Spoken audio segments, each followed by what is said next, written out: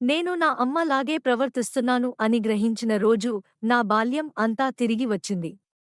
నేను 2 ఏళ్లుగా థెరపీ చేస్తున్నాను, నా పిల్లలకు ఈ బాధ అందకుండా చేయడానికి. కానీ బాల్య గాయాలు కనిపించవు. వాటిని నయం చేసుకోవాలంటే మొదట వాటిని గుర్తించాలి. నేను నా రియాక్షన్స్ గమనించడం మొదలుపెట్టాను. ఎప్పుడు కోపం వస్తుందో, ఎప్పుడు భయం కలుగుతుందో. ఆ ప్యాటర్న్స్ నా బాల్యం నుంచి వస్తున్నాయని తెలిసింది. కానీ అవి నన్ను డిఫైన్ చేయవు. ఇప్పుడు నేను మరింత ప్రెజెంట్గా ఉన్నాను. నా పిల్లలతో కూడా, నాతో కూడా.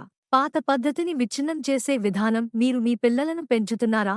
లేక కేవలం మీ గతం బట్టి ప్రతిస్పందిస్తున్నారా? మనలో చాలామందికి తెలియకుండానే తరతరాల మానసిక గాయాలను అందిస్తున్నాము.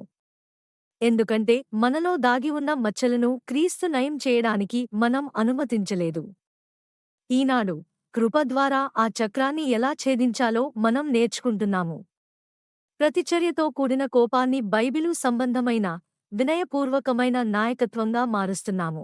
మీరు ఎప్పుడైనా కోపం తెచ్చుకుని, మీలోని ఆ పాత రూపం ఎక్కడి నుండి వచ్చిందని ఆశ్చర్యపోతున్నారా?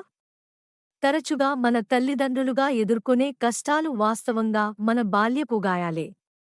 ఆ గాయాలు తరచుగా మనలోని పాత తీరులను మార్చి, ఆపై మన చర్యలలో ప్రతిబింబిస్తాయి. ఇప్పుడు ఈ చక్రాన్ని ఆపి, కుటుంబాన్ని అర్హులైన ఆధ్యాత్మిక నాయకులుగా మారుస్తూ మార్గనిర్దేశం చేయాల్సిన సమయం వచ్చింది. ఆ చీకటి ప్రదేశాలలోకి దేవుని పునరుద్ధరణ శక్తిని ఆహ్వానించాల్సిన సమయం ఆసన్నమైంది.